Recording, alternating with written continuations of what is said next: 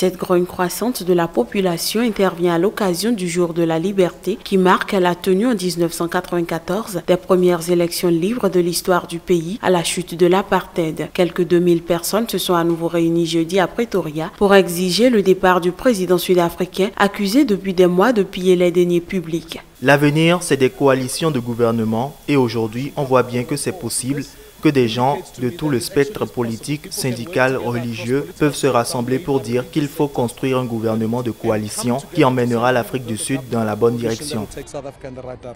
Le remaniement ministériel controversé qu'il a ordonné fin mars, marqué par le limogeage du respecté ministre des Finances Pravin Gordhan, a précipité des dizaines de milliers de personnes dans les rues du pays pour réclamer sa démission. La mobilisation de jeudi a toutefois nettement marqué le pas comparé à celle des rassemblements précédents. Je ne peux pas parler au nom des membres de l'ANC. Je peux juste espérer que leurs convictions correspondent à ce qu'ils ont dit en public. Le Parti communiste a déclaré qu'il ne soutenait plus Zuma. Le COSATU a retiré son invitation au président. Donc j'espère que ces personnes auront le courage de leurs convictions et, le jour venu, voteront pour que l'on puisse enfin élire un nouveau président en Afrique du Sud. Fêtant lui aussi le jour de la liberté dans sa province de KwaZulu-Natal, Zuma a rallié à distance ses adversaires. Plusieurs partis d'opposition ont déposé au Parlement une nouvelle motion de défiance contre le président qui doit être débattue à une date qui n'a pas encore été fixée. Fort d'une large majorité de députés, Jacob Zuma, dont le mandat expire en 2019, devrait y survivre.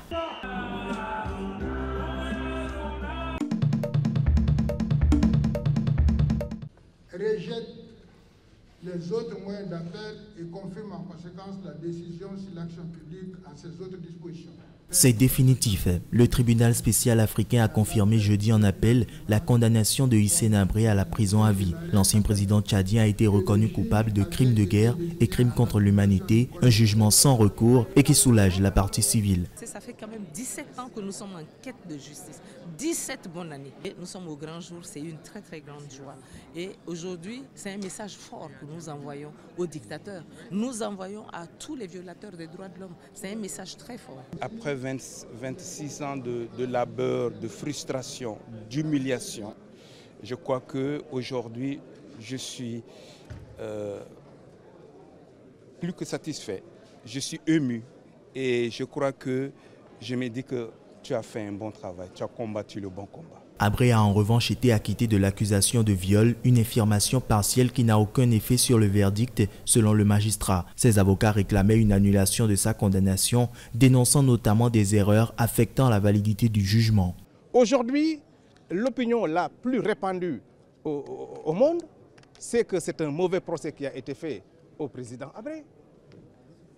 Aucune démonstration de sa culpabilité n'a été faite. Nous estimons que c'est regrettable pour une première en Afrique. Je pense que les autorités, les pouvoirs publics auraient dû prendre plus de temps pour organiser donc la tenue de ce procès. Son procès était le premier au monde dans lequel un ancien chef d'État est traduit devant une juridiction d'un autre pays pour violation présumée des droits de l'homme et le premier tenu en Afrique en application du principe de compétence universelle. Il purgera sa peine au Sénégal ou dans un autre pays de l'Union africaine. La Cour a également ordonné que quelques 82 milliards de francs CFA soient versés à près de 7400 victimes. Le procès historique des ministres du dernier gouvernement de Blaise Compaoré s'est brièvement ouvert jeudi devant la Haute Cour de justice du Burkina, mais les débats de cette juridiction spéciale composée de magistrats et de députés réunis pour la première fois de son histoire ont finalement été renvoyés au 4 mai en raison de la rentrée du barreau, qualifiée d'événement majeur par le bâtonnier. Je suis au tribunal et je m'exprimerai en toute liberté et jusqu'à preuve de contraire. Moi, j'ai fait la confiance à la justice de mon pays. Ces ministres du dernier gouvernement de Blaise Compaoré seraient impliqués dans la répression de l'insurrection populaire d'octobre 2014 qui a renversé le régime. Comparaissant libre à une exception près, 24 des 34 ministres assis sur des chaises en plastique étaient présents au palais de justice de Ouagadougou pour répondre de leur rôle dans la répression qui a fait une trentaine de morts. Réfugié en Côte d'Ivoire, l'ancien président Compaoré était absent. Malgré le contretemps provoqué par le renvoi, les familles des victimes se sont réjouies de voir la justice à l'œuvre. Nous espérons bien que la Cour de justice là serait la vraie et la définitive pour tout le Burkinabé. pour l'avenir de notre pays. Le Congrès pour la démocratie et le progrès, le parti de Compaoré, a dénoncé le procès parlant de chasse aux sorcières et d'instrumentalisation des institutions à des fins de règlement de comptes politiques.